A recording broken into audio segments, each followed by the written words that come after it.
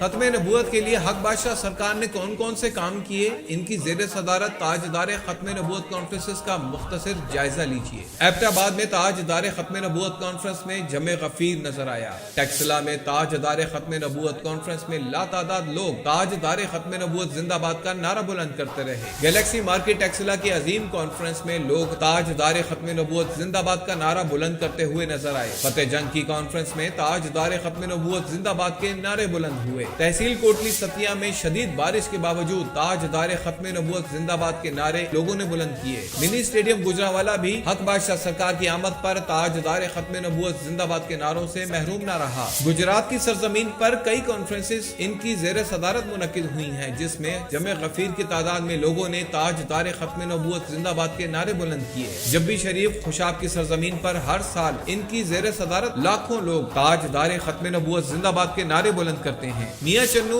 خانیوال کی سرزمین پر بھی انہوں نے تاجدار ختم نبوت زندہ باد کے نعرے بلند کیے۔ ملکہ کوہسار مری میں ہر سال ختم نبوت کانفرنس میں ان کی زیر صدارت تاجدار ختم نبوت زندہ باد کے نعرے بلند کیے جاتے ہیں۔ لدی کے غربی شیخ پورہ میں ان کی زیر صدارت تاجدار ختم نبوت زندہ باد کے نعرے بلند ہوئے۔ G13 اسلام آباد میں جامع مسجد کے افتتاح کے موقع پر بھی ان کی زیر صدارت تاجدار ختم نبوت زندہ باد کے نعرے بلند ہوئے۔ موہاڑی شریف سرائے عالمگیر میں بھی ان کی زیر صدارت تاجدار ختم نبوت زندہ باد کی صدائیں بلند ہوتی رہیں۔ CDA اسلام آباد میں ہر سال تاجدار ختم نبوت کانفرنس منعقد ہوتی ہے، جہاں حق بادشاہ سرکار کی زیر صدارت تاجدار ختم نبوت زندہ باد کے نعرے بلند کیے جاتے ہیں۔ عبداللہ ہاؤسنگ اسکیم ناروال میں شدید سردی کے باوجود بھی حق بادشاہ سرکار کی زیر صدارت لاکھوں لوگ تاجدار ختم نبوت زندہ باد کے نعرے بلند کرتے نظر آئے۔ چکوال کی سرزمین پر بھی تاجدار ختم نبوت زندہ باد کے نعرے بلند ہوئے۔ پوٹوہار قلعہ مارکی گجر خان بھی حق بادشاہ سرکار کی زیر صدارت تاجدار ختم نبوت زندہ باد کی صداؤں سے جمع غفیر اپنے دلوں کو گرماتا ہوا نظر آیا۔ ایوان اقبال لاہور، جہاں منافقین اور منکرین ختم نبوت نے بہت کوشش کی، مگر وہاں اقبال ہال بھی حق بادشاہ سرکار کی زیر صدارت تاجدار ختم نبوت زندہ باد کی صداؤں سے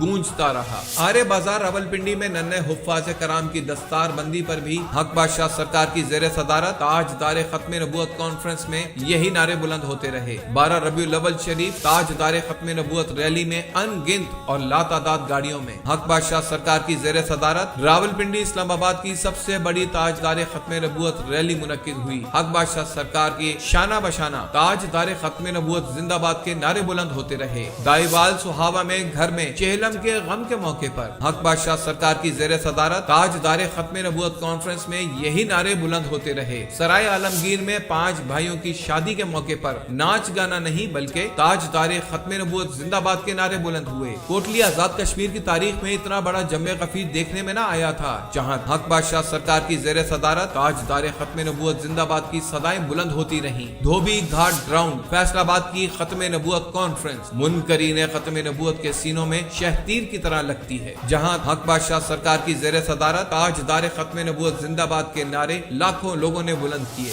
F11 اسلام آباد کی تاجدار ختم نبوت زندہ باد کی صداؤں سے گونجنے والی کانفرنس کسی تعارف کی محتاج نہیں۔ G10 اسلام آباد کی محفل میں حق بادشاہ سرکار کی زیر صدارت جمع غفیر تاجدار ختم نبوت زندہ باد کے نعرے بلند کرتا رہا۔ سیالکوٹ کا 7 لاکھ کا مجمع تو منکرین ختم نبوت سے برداشت ہی نہیں ہوتا، جہاں لاکھوں لوگوں نے حق خطیب حسین علی بادشاہ سرکار کو سپہ سالار عالمی تحریک ختم نبوت کا خطاب دیا۔ شارجہ متحدہ عرب امارات وہ سرزمین جہاں کوئی بھی محفل کرنے کی جرت نہیں کر سکتا تھا، وہاں بھی ان کی زیر صدارت کانفرنس میں قصیدہ بردہ شریف کی صدائیں بلند ہوئی اور تاجدار ختم نبوت زندہ باد کے نعرے بلند ہوئے۔ برمنگم، مانچسٹر، پیٹر برو، لیوٹن، انگلینڈ کے ان تمام شہروں میں تاجدار ختم نبوت زندہ باد کی صدائیں بلند ہوئیں۔ نیا سال دنیا دار عیش و عشرت کی محفلیں سجاتے ہیں، وہاں حق خطیب حسین علی بادشاہ سرکار نے نیا سال انگلینڈ کی سرزمین پر تاجدار ختم نبوت زندہ باد کی صداؤں سے شروع کرنے کا پیغام دیا۔ دنیا کا دوسرا کنارہ کینیڈا، جہاں تاریخ میں کسی نے حضور صلی اللہ علیہ وآلہ وسلم کے ختم نبوت کی بات نہیں کی۔ مسز ساگا،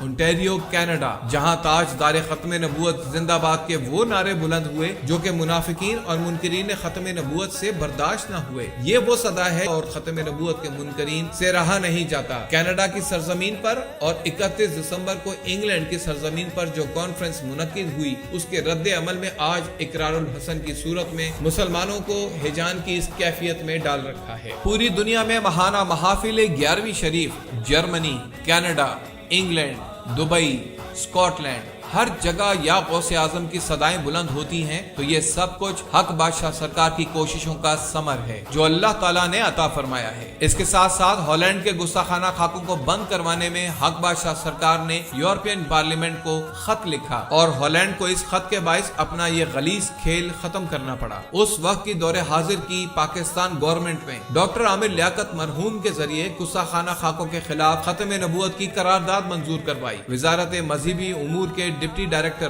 حافظ عبد القدوس کے ذریعے نکاح نامے اور تمام سرکاری و نیم سرکاری اور غیر سرکاری دستاویزات میں حضور صلی اللہ علیہ وآلہ وسلم کے اس مبارک کے ساتھ خاتم النبیین لازمی قرار دیا گیا جو کہ حق بادشاہ سرکار کی کوششوں کی بدولت ہوا۔ اس کے علاوہ بہت سی کاوشیں ہیں جو کہ ہم وقت کی کمی کے باعث آپ کے سامنے لا نہیں سکتے۔ آپ یہ تمام معلومات آفیشیل یوٹیوب چینل پر بھی دیکھ سکتے ہیں اور حق بادشاہ سرکار کے خلاف خرافات، انتشار اور فساد پیدا کرنے والوں کی بھی حرکتوں کو دیکھ لیں۔ جادو اور جنات وغیرہ تو ولی کی ٹھوکر کی مار ہوتے ہیں۔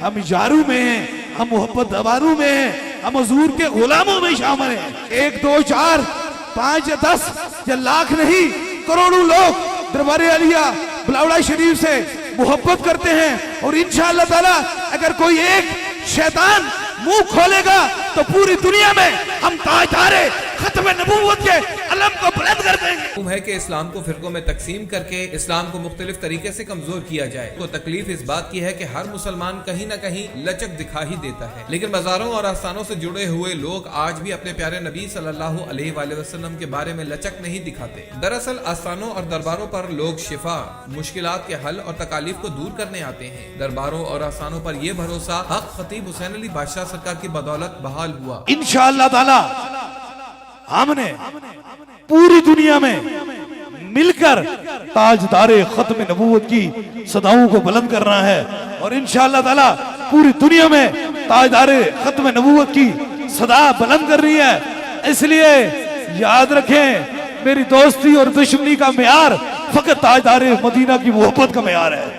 ہم نے تو پوری دنیا میں نہ تو کسی سے خوف کیا ہے نہ کوئی غم کیا ہے، کیونکہ میرا رب قرآن میں فرماتا ہے یہ میرے دوست ہیں، انہیں دنیا کیا بروز حشر بھی نہ تو کوئی خوف ہوگا اور نہ کوئی غم ہوگا۔ اور 2017 میں جب تاجدار ختم نبوت زندہ باد کا نعرہ انہوں نے بلند کیا بہت تکلیف ہوئی۔ ان کے دم کی بدولت لوگ جب موذی امراض سے شفا پانے لگے، فیکٹریاں، دوائیں بنانے والی کمپنیز، میڈیکل اکوپمنٹ کے مہنگے معیار کی مانگ کم ہوئی، انہیں نقصان ہوا۔ اور دوسری جانب حق بادشاہ سرکار نے جب تاجدار ختم نبوت زندہ باد کے نعرے اور اسلام کی طرف نئی نسل کو واپس لانے کے پیغامات اور تعلیمات دی تو مسلمان شراب و شباب کی محفلیں، غیر اسلامی رسومات، زنا جیسی بے حیائی، ویلنٹائن ڈے اور ان جیسی خرافات سے دور ہونے لگے۔ ان کو نقصان پہنچا کیونکہ فحاشی، عیاشی، بے حیائی اور نشے کے اڈے بنائے ہوئے ہیں۔ اگر اپنے آپ کے لیے بہتری کا پیغام لاتے ہو، ان گانے بجانے سے پرہیز کرو، ان دنیا داروں سے پرہیز کرو، اپنی آنکھوں کو گنبد خضرا پہ لگا لو، یہ دنیا کی سکرینوں پہ نہ لگاؤ بلکہ گنبد خضرا پہ لگاؤ۔ جب اس گنبد خضرا پہ لگاؤ گے تو قبر میں تو کم از کم ہمیں سرکار یہ پہچان لیں کہ یہ میرا امتی ہے۔ دیکھیں پہلا سوال ہوگا، دوسرا ہوگا اور تیسرا جو پاس کرے گا وہی جنت جائے گا۔ اور یاد رکھو کہ تیسرا سوال کیا ہوگا، مصطفیٰ کریم لحد میں تشریف لائیں گے، کہیں ایسا نہ ہو وہ ہمیں دیکھ کے چہرہ دوسری طرف موڑے یہ میرا امتی نہیں ہے۔ ہم یہ دیکھیں کہ جب مصطفیٰ کریم قبر میں آئیں گے تو ہم کہتے ہیں عشق سرکار کی ایک شمع دل میں جلائے رکھو، بعد